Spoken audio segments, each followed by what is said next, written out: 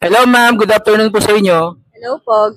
Ma'am, kahapon po ay tuluyan ng pinatay ng Senado ang impeachment complaint o yung impeachment trial kay BP Sara Duterte. So sa palagay niyo po, dapat na po ba silang buwagin itong Senado? Dapat na bang mawala ito sa ating pamahalaan?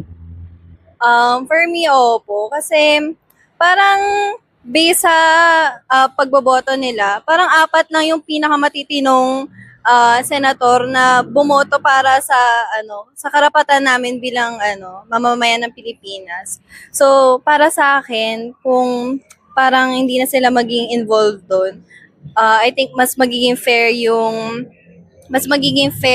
yung pagboboto sa mga ganong bagay tungkol sa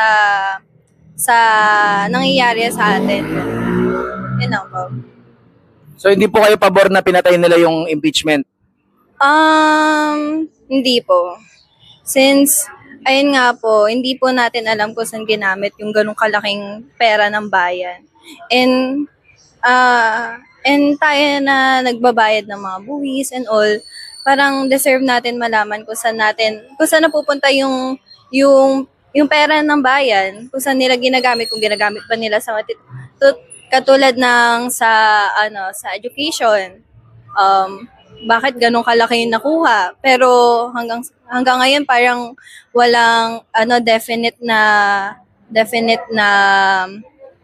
reason kung saan siya napunta.